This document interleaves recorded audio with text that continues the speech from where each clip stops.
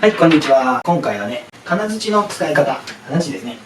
金槌はね、やっぱり大工でも、常に持ち歩く道具だということで、叩く用途でね、よく使うよと。最近はね、釘を金槌で打つことがほぼないので、材料の調整であったり、解体で叩き割ったり、他の道具をね、のみであったり、バールであったり、そういったものをこう叩くと、そういうことがに使っているという状態です。補足でね、これ弦能っていうんですけど、金槌の中にも弦能って言うんですけど、弦能というのはもともと釘を叩く道具ではなくてですね、もともとのみをね叩くための専用の道具であるというのが本来の使い方だということです。最近はね、もう釘を打たないっていうのは釘打ち機でねパパ打つとかね、リフォームとかねビスでね結構止めたりすることが多いので、昔はね僕も結構ちっちゃい時からずっと打ってたんですけど、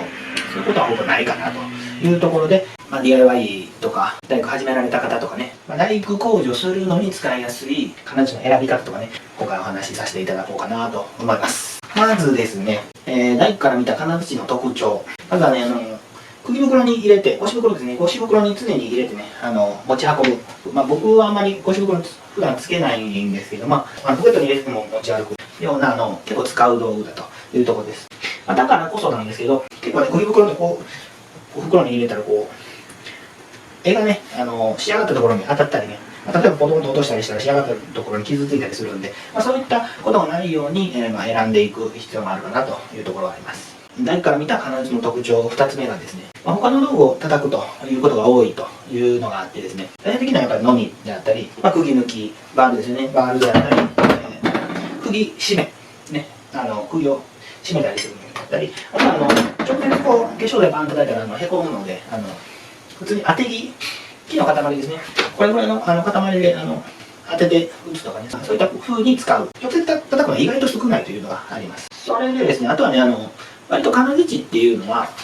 用途で使い分けていくもんかなと。大きさがあったりね、これぐらいの大きいのもあるんですけど、普段からいくつか大工も持ってってですね、その場その場でちょうどいいサイズを持ち歩くと、そういうふうに何本か使い分けていくことが多いなというのが特徴です。ということで、大工工事をするにあたっての金槌の選び方というのはやっていこうと思います。金槌の選び方、いろいろあるんですけど、まずね、この頭の部分の、質の違いがあります。金属の質ですね。金属でいうと、これは、このタイプは全体が鋼になってます。鉄なんですけど、硬い鉄でできているタイプがあって、これだとこれっていうのは、先っちょだけに鋼があって、真ん中は柔らかい鉄がついてるタイプ。あとは、ステンレスで錆びにくいタイプがあったり、ちょっと面白いのがね、ゴムのハンマー。これも意外と大工さん使うので、こんなのがあるよというのが一つです。他のサイトでもよく見ると思うんですけど、形ですよね。形が、これ弦能タイプ。で、こういったタイプは先っちょが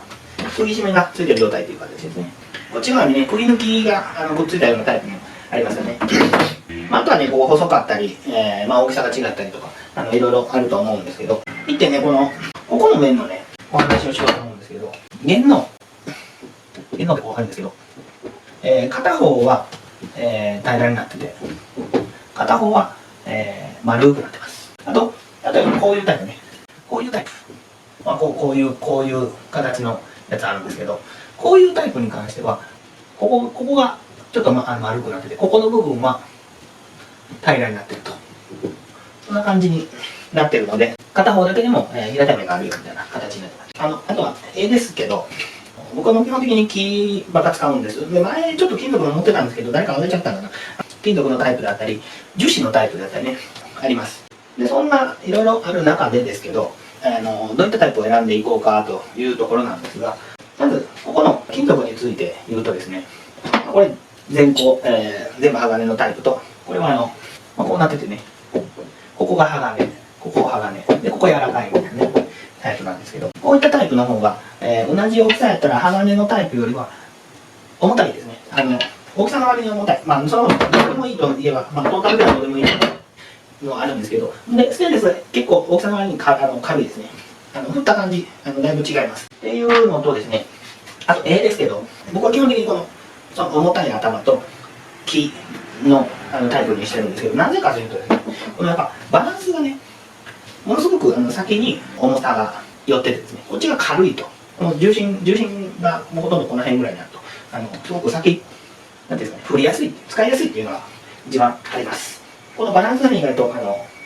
ポイントかなと思います。それとですね、これいろいろついてるタイプありますけども、バーみたいなのがこっちについてるタイプありますけど、こういう感じですかね。ここ釘抜きになってる、ここはバールになってるタイプね。でここで釘抜こうとするんですけど、基本的にね、これで抜こうとすると。これ抜けないんですね。ほとんど抜けないです。で、これは何に使うかというとですね、こっちからこう叩くんですよね、こう。だからこっちに頭出るじゃないですか。こうね。叩いたら。そうしたら抜けるよという形なんですけど、基本的に大工が使うときこういう状況ないので、叩く大工さんとかね、こういう風に抜いていくんですけど、基本的に大工が抜こうと思ったら、もうそもそもこれ、釘打ち機で打ってたらこう打ち込んでるんでね、もっと熱いですけど、でバールでね、ここ叩き込んでいくわけですよ。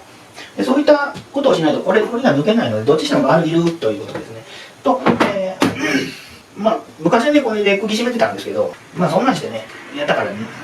何が早いんだというか、ほとんど釘打たないんで、打つとしたら、ポンチ、釘締めですね、あるので、いらないんじゃないかということでですね、もう大工が選ぶとしたら弦の方が一択かなと思います。別にこの、なんていうんですかね、鋼が、付け鋼っていうんですかね、のタイプじゃなくてもいいと思うんですけど、ただね、この、木の絵のね、弦の、鉄とか樹脂とかでは、よりバランスがいいんですけど、扱う上での注意点があります。まずね、木の絵は水にすごく弱くてですね、雨濡れるとね、これ、実際 DIY とかしてはる方はね、これ緩んだ経験とかあると思うんですけど、緩みます。あと、木が弱ってこう割れやすくなったりして、濡らすものではないというところです。下手したらね、ここ、抜けて飛んでいくとかね、下手したら建前でね、この屋根の上でね、釘バンバン叩いててね、この頭が飛んでね、隣の家の車に当たったみたいなことがあったんで、非常に恥ずかしいことなんで、ここが抜けるみたいなことはね、良くないです。もう人に当たっても、ね、大事なんでね、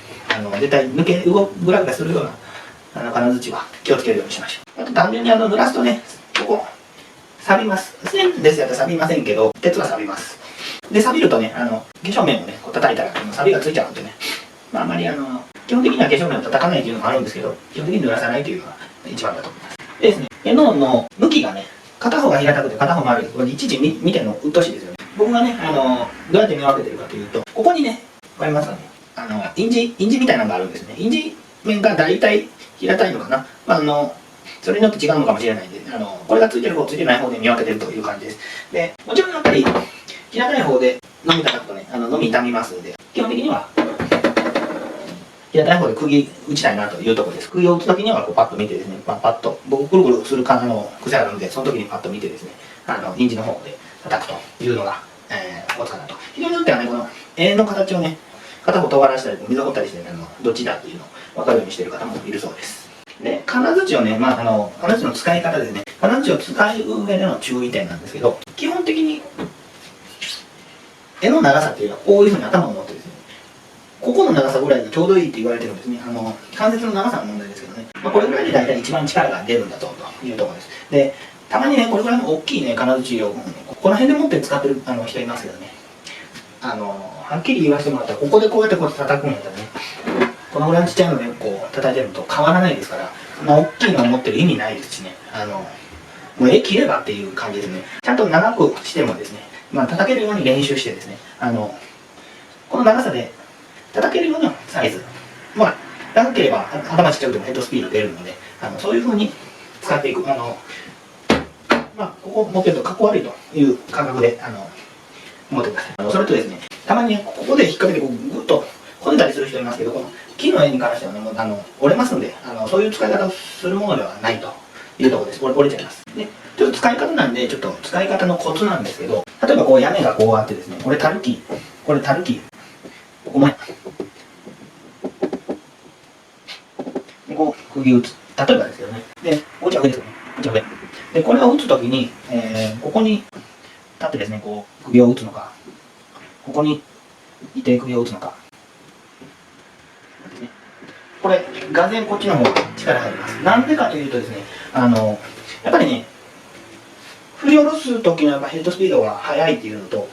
平らなまるんだと思うんですね。こう全然違うんで、これこういう風に基本的には上から下に足元を打つような感じですね。絶対こうやって打つよりね、